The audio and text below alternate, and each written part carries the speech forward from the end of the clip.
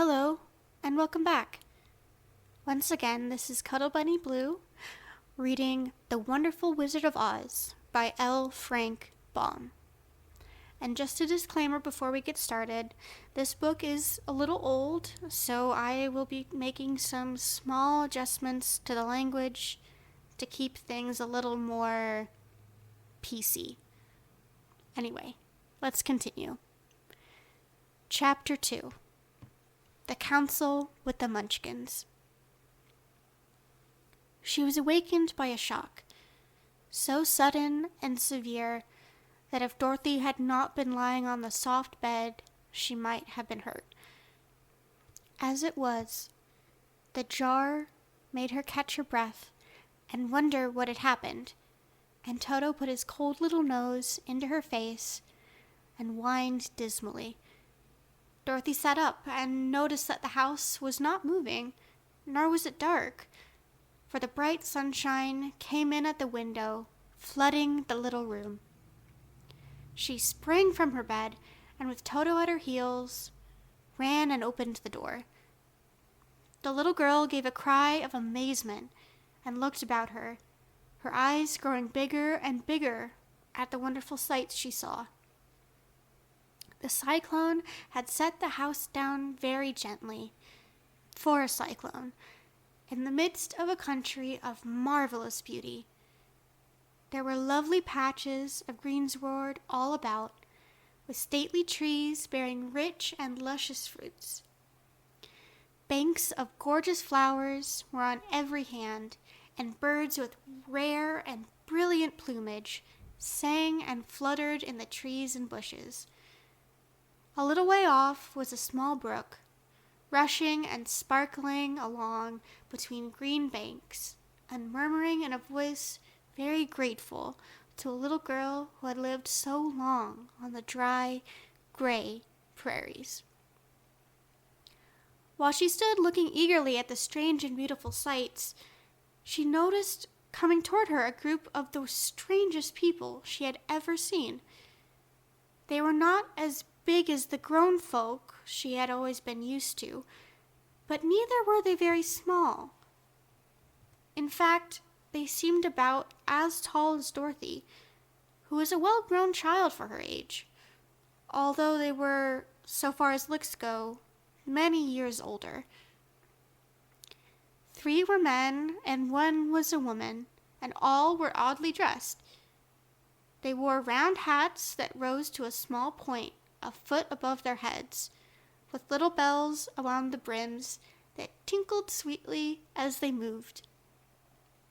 The hats of the men were blue, the little woman's hat was white, and she wore a white gown that hung in pleats from her shoulders. Over it were sprinkled little stars that glistened in the sun like diamonds.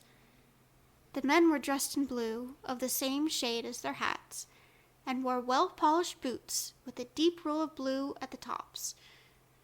The men, Dorothy thought, were about as old as your Uncle Henry, for 2 of them had beards. But the little woman was doubtless much older. Her face was covered with wrinkles, her hair was nearly white, and she walked rather stiffly. When these people drew near the house where Dorothy was standing in the doorway, they paused and whispered among themselves, as if afraid to come farther. But the little old woman walked up to Dorothy, made a low bow, and said in a sweet voice, "You are welcome, most noble sorceress, to the land of the Munchkins. We are so grateful to you for having killed the wicked witch of the East, and for setting our people free from bondage." Dorothy listened to this speech with wonder. What could the little woman possibly mean by calling her a sorceress, and by saying she had killed the wicked witch of the East? Dorothy was an innocent, harmless little girl who had been carried by a cyclone many miles from home, and she had never killed anything in all her life. But the little woman evidently expected her to answer, so Dorothy said, with hesitation, "You are very kind, but there must be some mistake. I have not killed anything." "Your house did, anyway," replied the little old woman with a laugh. "And that is the same thing, see?" she continued, pointing to the corner of the house. "There are her 2 feet, still sticking out from under the block of wood." Dorothy looked and gave a little cry of fright. There, indeed, just under the corner of the great beam the house rested on, 2 feet were sticking out, shod in silver shoes with pointed toes. "Oh dear, oh dear," cried Dorothy, clasping her hands together in dismay. "The house must have fallen on her. Whatever shall I do?" "There is nothing to be done," said the little woman calmly. "But who was she?" asked Dorothy. "She was the Wicked Witch of the East, as I said," answered the little woman. "She has held all the Munchkins in bondage for many years, making them slave for her day and night. Now they are all set free and are grateful to you for the favor." "Who are the Munchkins?" inquired Dorothy. "They are the people who live in this land of the East where the Wicked Witch ruled." "Are you a Munchkin?" asked Dorothy. "No, but I am their friend, although I live in the land of the North. When they saw the Witch of the East was dead, the Munchkins sent a swift messenger to me, and I came at once. I am the Witch of the North." "Oh, gracious!" cried Dorothy. "Are you a real witch?" "Yes, indeed," answered the little woman. "But I am a good witch, and the people love me. I am not as powerful as the Wicked Witch who ruled here, or I should have set the people free myself." "But I thought all witches were wicked," said the girl, who was half frightened at facing a real witch. "Oh no, that is a great mistake. There were only 4 witches in all the land of Oz, and 2 of them, who live in the North and South, are good witches.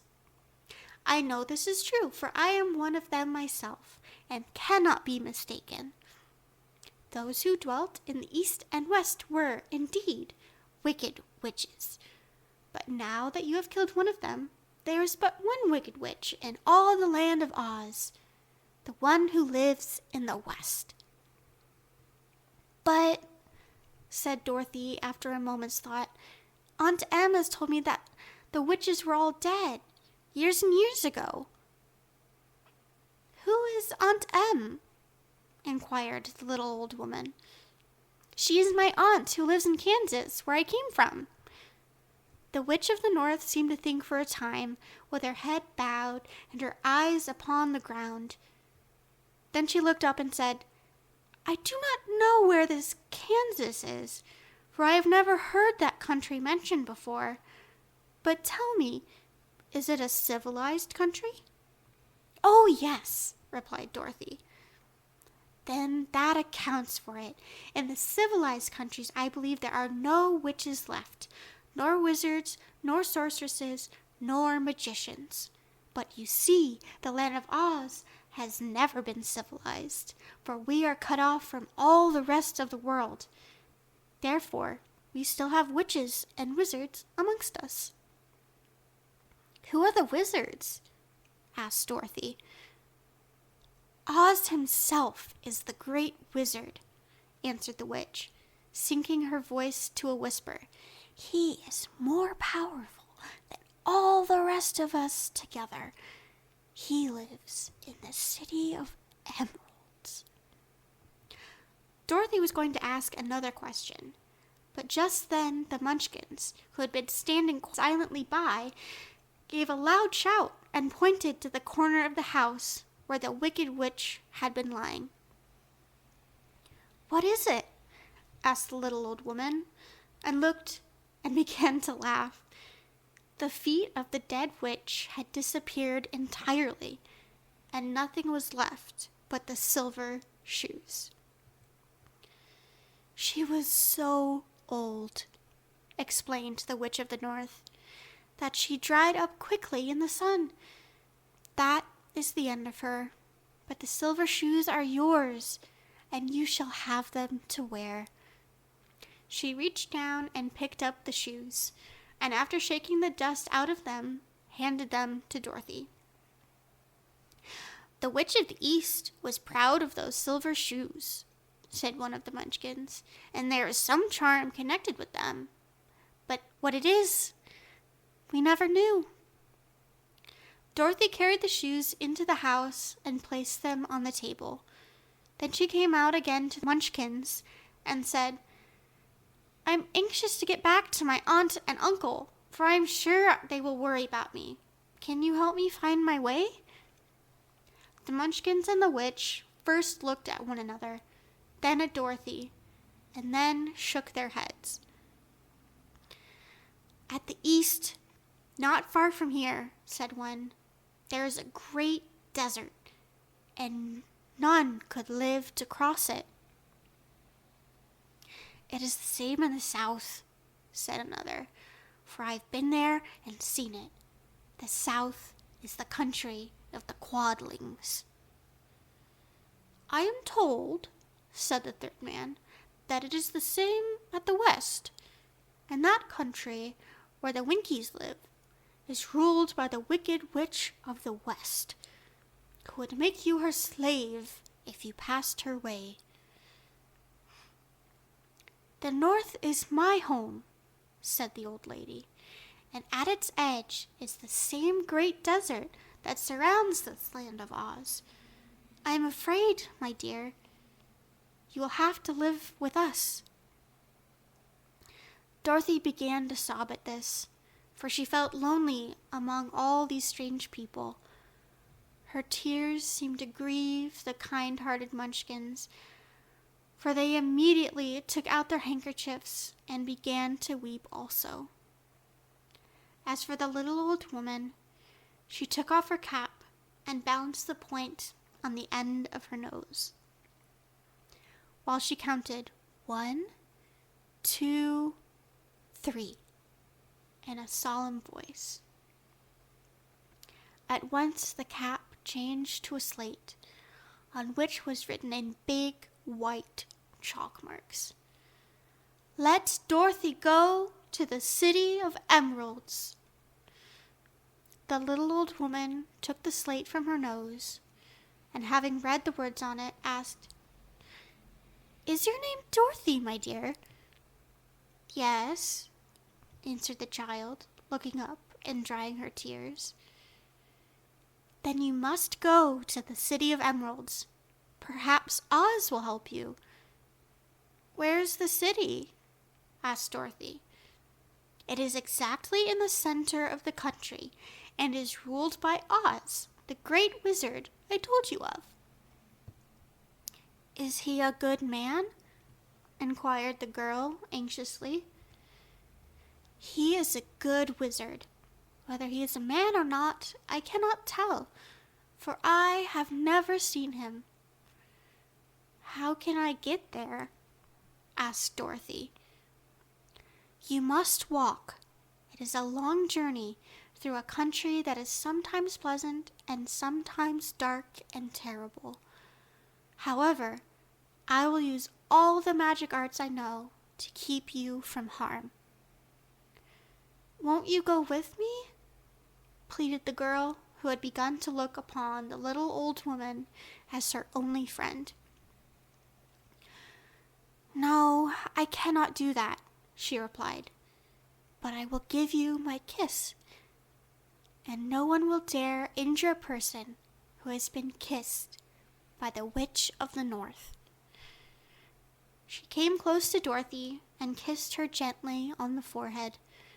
Where her lips touched the girl, they left a round, shining mark, as Dorothy found out soon after. The road to the City of Emeralds is paved with yellow brick, said the witch, and so you cannot miss it. When you get to Oz, do not be afraid of him, but tell your story and ask him to help you. Goodbye, my dear." The three Munchkins bowed low to her and wished her a pleasant journey, after which they walked away through the trees. The witch gave Dorothy a friendly little nod, whirled around on her left heel 3 times, and straightway disappeared, much to the surprise of little Toto, who barked after her loudly enough when she had gone, because he had been afraid even to growl while she stood by. But Dorothy, knowing her to be a witch, had expected her to disappear in just that way, and was not surprised in the least.